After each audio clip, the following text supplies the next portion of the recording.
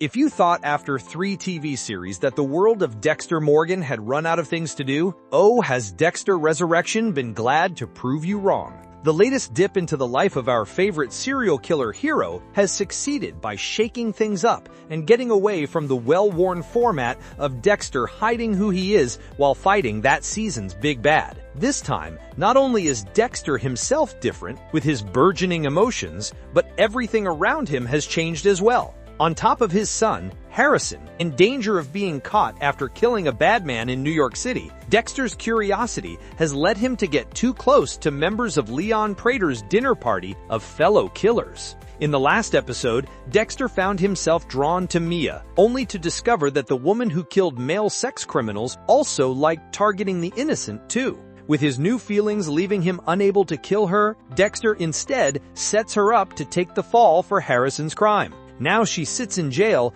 but Lady Vengeance knows too much. What will happen if she starts to put together who sold her out, or, just as badly, what happens when Prater discovers that Dexter isn't who he says he is? Let's find out what goes down next in Dexter Resurrection's 6th episode, Cats and Mouse. Leon Prater is looking for Dexter in episode 6. The episode starts with Dexter at his new apartment talking to Blessing, whose mother, Prudence, has just passed away. Dexter was planning to spend time with Harrison, but now he has to go to her wake that afternoon. Needing a suit, Harrison comes over and hooks him up. He also agrees to go with his dad because he knows how hard funerals are to go to alone. A flashback to Hannah shows exactly what he's talking about. His now better father apologizes that Harrison had to go through it by himself. He then teaches his boy how to tie a tie, like they're two normal people, letting Harrison know that both of his mothers would be proud of him. Harrison tells Dexter that he's glad he's back, earning a promise from his father that he'll never disappear again. They go upstairs to the wake, where everyone is celebrating instead of being sad. Dexter goes to Prudence's casket, the first he stood at since Rita's. There is no escaping the past. In a sweet act of celebration, the family takes pieces of Prudence's cat figurine collection and speaks about what she meant to them. Dexter takes a cat too and talks about Prudence wanting to die surrounded by the people she loved. He's doing better, but he still has to pretend to wipe away a tear. Meanwhile, Charley goes to Red's apartment to pay him a visit, only to find moldy food and no one at home. She calls Prater with the news that Red is MIA, so Prater phones during the funeral. Dexter, pretending to be Red, tells him that he moved away after being discovered. Leon tells Red to meet him at his home ASAP. Batista is closing in on the real Bay Harbor butcher. Detectives Wallace and Oliva interview the man who is supposed to be Lady Vengeance's next victim. He talks about what happened and how he never tried to assault her. They're intrigued that Lady Vengeance said that she was excited about him being her first kill in New York City. So who killed Ryan Foster then in a vastly different type of murder? Angel Batista approaches them to share that he thinks the real Bay Harbor butcher, Dexter Morgan, is involved. He can't be the killer because he was in a coma, but he believes Harrison killed Ryan. He has it all figured out, and he wants to tag along on their interview to show Mia Dexter's photo.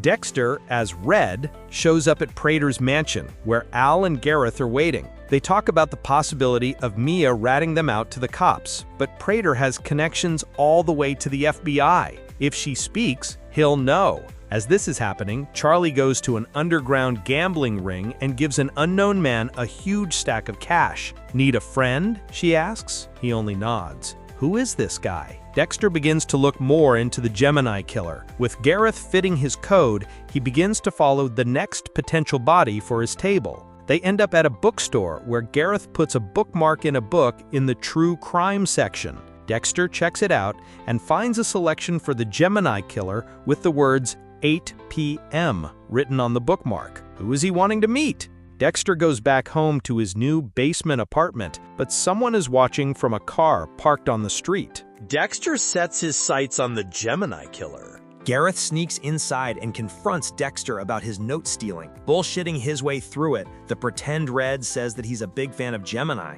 Dexter gets a drink for Gareth while also sneaking a syringe and emptying its contents into a glass. When handed a glass, Gareth switches which one he gets, but Dexter's way ahead of him.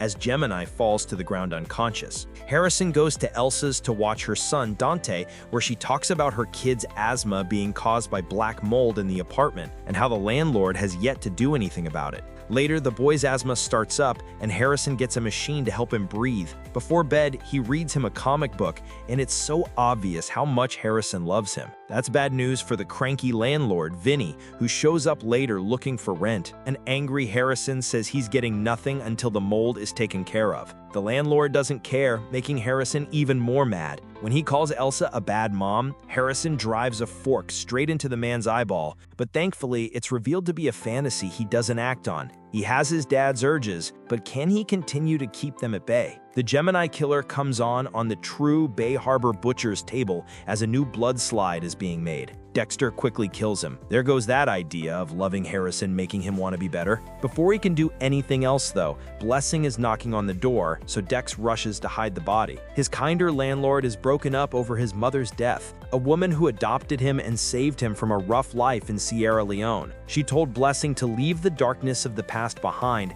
and never bring it into your home, because the present is all that matters. Those words hit home with a guy who has a dead man in his bathtub. As Dexter burns Gemini's body, Harry tells him that it's time to figure out what Harrison needs, not what he doesn't. At lunch the next day, Harrison confesses his visions of killing Elsa's landlord. Dexter is proud that Harrison did the right thing and says there is nothing wrong with him. A temper makes you human, not a monster. He tells him to find his open path in a second chance, and he'll be by his side. He's really trying without faking it. The three detectives go to meet with Mia, but before they can, an alarm goes off inside the jail. Mia is found dead, hanging from a noose in her cell. A guard who looks exactly like the gambler Charley paid off pronounces her dead. Lady Vengeance won't be talking, and she'll never know the truth about Red's identity. Dex hears the news on the radio as he drives to meet Prater for some sort of surprise. He is waiting beside a helicopter.